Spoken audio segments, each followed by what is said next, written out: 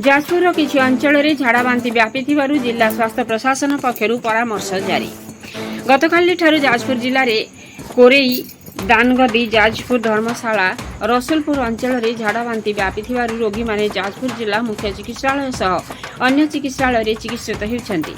जाजपुर जिला प्रशासन एवं जिला स्वास्थ्य विभाग पक्षर जनसाधारण अवगति निमंते जणाई दिया जाउछि कि सेमाने पानी को सीधा सड़क न पी पानी को फुटाई छाणी पियंतु। घरे प्रस्तुति गरम रंधा खाद्य खांतु। खाइबा पूर्व साबुन भल भाव हाथ को धुंतु।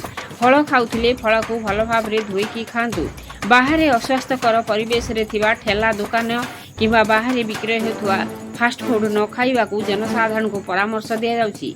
बाहर को आसीथिबा समय जदि खाद्य आवश्यक करुथांती ताहेले स्वास्थ्यकर परिवेश थिबा दुकान रु खाद्य खांतु। फुटा जाइथिबा पानी रे 1 लिटर मात्रा रे 1टी हालोजेन बटिका मिसाई पान करंतु। अस्वास्थ्यकर परिवेश रे थिबा बाहर खाद्य एवं पानीय जल को यथासंभव बारण करने को जिला प्रशासन पक्षर जनसाधारण को सचेतन कर जाइछि। प्रदीप कुमार मलिक का रिपोर्ट मसिया न्यूज। आपण मसिया न्यूज यूट्यूब चैनल को सब्सक्राइब कलेनी कि जदि करिनाहंती एबे करिनियंतु। एहा सह मसिया न्यूज रो फेसबुक पेज को और ट्विटर को फॉलो करंतु। ता सह मसिया न्यूज रो ऐप आसी गलानी। निज मोबाइल रो प्ले स्टोर रो डाउनलोड करनियंतु। जय जगन्नाथ। नमस्कार। जाजपुर जिले रे काली टू किछि पॉकेट्स रे डायरिया केसेस रिपोर्ट होईछि। एटा को नेके हमारा हेल्थ टीम्स एंड समस्त अन्य टीम्स मध्य पूरा कॉन्स्टेंटली सिचुएशन मॉनिटर करूछंती एवं ट्रीटमेंट मध्य समस्त जो पेशेंट्स माने आसीछंती तांकर चालुछि।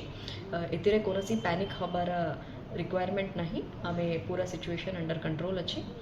ता छाड़ा जो समस्त जाजपुर वासी को ये अवसर रे अनुरोध करा जाउछि कि जो पानीय जल पीउछंती सेटा फुटाई के पानी पीबे एवं इवन दो जदि वाटर बबल रा पानी नौछंती किंबा जे कोनसी टैप वाटर नौछंती सेटा मध्य बॉईल करिके फुटाई के ठंडा करिके पानीटा पीबे। जो खाद्य खाउछंती सेटा रंदी के खाद्य खाइबे। रॉ फूड्स गुड़ाक अवॉइड करेंगे। जदि फल गुड़ाक एवलिया भी जदि रॉ खाइबे सेटा को मध्य भल करी वॉश करके खाइबे। बाहर food specially street food and unhygienic food पूरा अवॉइड करेंगे। एवं निहाती जदि बाहर खाइबा को दरकार पड़िला इवन देन जो जगह रे हाइजीनिक आकार रे खाद्य करा जाइछि से ही जगह रे खाइबे। एवं हमारा रेगुलरली हैंड वॉशिंग मध्य करिबे। जेकोसी जदि सिम्पटम्स हैला डायरिया तो नियरेस्ट हेल्थ सेंटर को अप्रोच करेंगे।